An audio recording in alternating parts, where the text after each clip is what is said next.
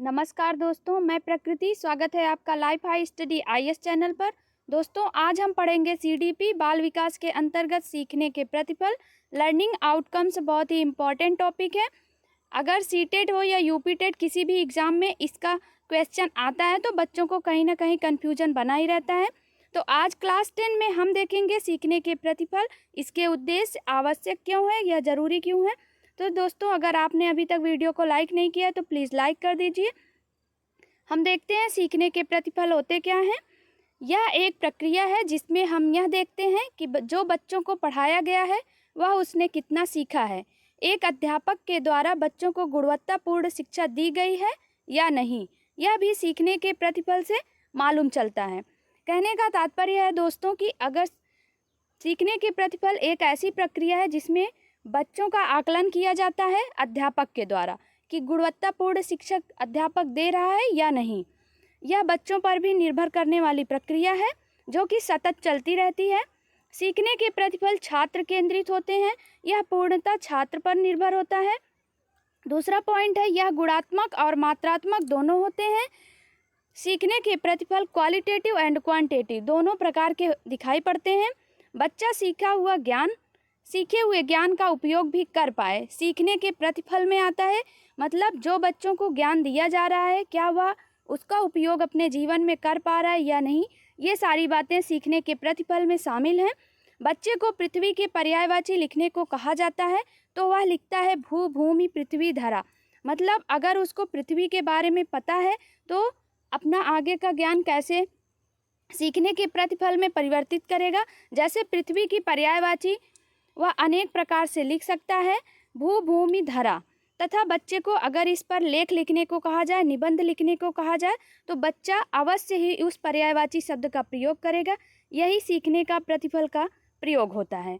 हम देखते हैं कुछ राष्ट्रीय स्तर पर कुछ आवश्यक प्रतिफल सीखने को परिभाषित किया गया है। राष्ट्रीय स्तर पर एनसीईआरटी के सहयोग से कक्षा 12 विद्यार्थी के सीखने के प्रतिफल को परिभाषित किया गया है। एनसीईआरटी के माध्यम से सीखने को प्रतिफल को परिभाषित किया गया है। पहला बताया गया है राष्ट्रीय उपलब्धि सर्वेक्षण, एनएएस का आधार सीखने का प्रतिफल ही है। सीखने का प्रतिफल का आधार क्या होता है राष्ट्रीय उपलब्धि सर्वेक्षण में? इसी आधार पर राज्य की विद्यालयी शिक्षा का शैक्षिक मापन भी किया जाता है। शैक्षिक मापन सीखने के प्रतिफल में ही शामिल होता है। इसके आधार पर हम विद्यालयी शिक्षा का शैक्षिक मापन कर सकते हैं। तीसरा है बच्चों ने कक्षा में क्या सीखा है। इन्हीं मानदंडों को सीखने के प्रतिफल के रूप में परिभाषित किया जाता है। सीखने के प्रतिफल में अगर मुख्य रूप से देखा जाए तो बच्चों ने कक्षा में क्या सीखा है, मतलब शिक्षक ने बच्चों को क्या पढ़ाया हुआ है, कितनी गुणवत्तापूर्ण शिक्षक है। गुणवत्तापूर्ण शिक्षा में हम देखते हैं ऐसी शिक्षा जिसका उपयोग आप भावी जीवन में कर सकें, गुणवत्तापूर्ण शिक्षा कहलाती है। क्वालिटेटिव एजुकेशन से तात्पर्य है जिसका आप भावी जीवन, आगे आने वाली समस्याओं को हल निकाल सकें, अपने भविष्य में जो निकट समस्याएं आ रही हैं उसका समाधान कर सकें अपने ज्ञान के माध्यम से। अब देखते हैं हम सीखने के प्रतिफल की आवश्यकता क्यों पड़ी। निःशुल्क एवं अनिवार्य बाल शिक्षा अधिकार अधिनियम 2009 के अंतर्गत प्रत्येक विद्यार्थी की गुणवत्तापूर्ण शिक्षा देने के लिए सीखने के प्रतिफल आवश्यक हैं। दोस्तों, जो शिक्षा अधिकार अधिनियम 2009 में बनाया गया उसमें गुणवत्तापूर्ण शिक्षा बहुत ही महत्वपूर्ण मानी गई जो सीखने के प्रतिफल के लिए आवश्यक है। अब दूसरा हम देखते हैं आयु के आधार पर गुणवत्ता युक्त शिक्षा को सुनिश्चित करने के लिए आवश्यकता है। मतलब कि बेसिस ऑफ एज, जिस हिसाब से बच्चे की उम्र है उसी हिसाब से उसको शिक्षा देनी है। ये चीज़ें सुनिश्चित करना भी इसकी आवश्यकता है। शिक्षा के उद्देश्य की पूर्ति हो रही है या नहीं, इसके लिए भी इसकी आवश्यकता है। इसकी आवश्यकता क्यों है? क्योंकि शिक्षा का उद्देश्य भी हमें पूरा करना है। बच्चों को जिस हिसाब से शिक्षा चाहिए क्या उन्हें मिल रही है या नहीं।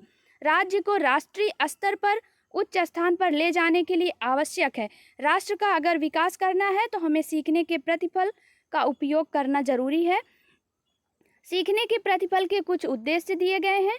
अनिवार्य शिक्षा अधिनियम 2009 के अनुसार 6 से 14 वर्ष के आयु वर्ग के बच्चों को गुणवत्तापूर्ण शिक्षा दी जाए। दोस्तों सरकार ने इसीलिए कार्यक्रम भी लागू किया है कि 6 से 14 वर्ष के बालक बालिकाओं को निःशुल्क शिक्षा प्राप्त की जाए और अनिवार्य शिक्षा अधिनियम 2009 के माध्यम से सभी बच्चों को गुणवत्तापूर्ण शिक्षा दी जानी आवश्यक है। दूसरा पॉइंट हम देखते हैं, बालकों के सीखने एवं निरंतर प्रगति स्तर को जांचने के लिए विषय की प्रकृति, विशेषताओं, शिक्षण विधियां एवं सीखने के प्रतिफल को समन्वित रूप से समझना। अगर बालक की प्रगति निरंतर कंटिन्यूअस रखनी है, जो वो लर्निंग प्रोसेस में है, क्या वो सीख सकता है, उसका जांच कैसे करना है, टेस्ट कैसे करना है, ये सारी चीज़ें, सब्जेक्ट के नेचर, कैरेक्टरिस्टिक, कैसा मेथड है टीचिंग का, और ये सारे सभी का समन्वित रूप जो कलेक्शन होता है, all this things are collected in this, समन्वित रूप से समझना ही सीखने के प्रतिफल में शामिल है। तीसरा हम देखते हैं, शिक्षा की गुणवत्ता में सुधार लाना। इसका मेन मोटो है कि शिक्षा की गुणवत्ता में सुधार होना, वो कितनी बेहतर बनाई जा सके, इसका मुख्य उद्देश्य है।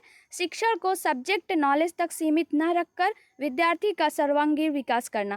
कहने का तात्पर्य दोस्तों, सीखने के प्रतिफल में छात्र केंद्रित शिक्षा होती है। सब्जेक्ट नॉलेज से ही हमें मतलब नहीं है, बच्चों का सर्वांगीण विकास करना है, मानसिक रूप से, सामाजिक रूप से, शारीरिक रूप से, सभी प्रकार से उनका विकास करना आवश्यक है। पांचवा हम देखते हैं, विद्यार्थी के सीखने के संदर्भ में अभिभावकों को जागरूक बनाने के लिए बच्चों की उपलब्धि एवं प्रकृति को शिक्षक द्वारा अभिभावकों के साथ साझा करना। मतलब कि उन्हें ज़्यादा अच्छी शिक्षा देने के लिए उनके अभिभावक को भी जागरूक करने की ज़रूरत है। बच्चों के जो उपलब्धियां मिल रही हैं, उनकी मेंटल एबिलिटी अगर बहुत अच्छी है, उनको अवार्ड मिल रहे हैं, तो उसके लिए उन्हें प्रोत्साहित करना चाहिए। इसलिए उनकी उपलब्धि एवं प्रकृति को उनके अभिभावक को समझना चाहिए। तो इसमें शिक्षक की मुख्य भूमिका होती है कि वह बच्चों के अभिभावक को अच्छे तरह से समझाएं। स्पाइरल रूप में सीखना या जोड़ना, ये क्या होता है हम देखते हैं। स्पाइरल रूप में सीखने से आशय है कि अधिगम प्रक्रिया से मूल्यांकन तक पहुंचा जाए एवं कमजोर भाग का पता लगाकर पुनः शिक्षण दी जाए। इस प्रक्रिया को तब तक किया जाना चाहिए जब तक सीखने का प्रतिफल ना प्राप्त हो जाए।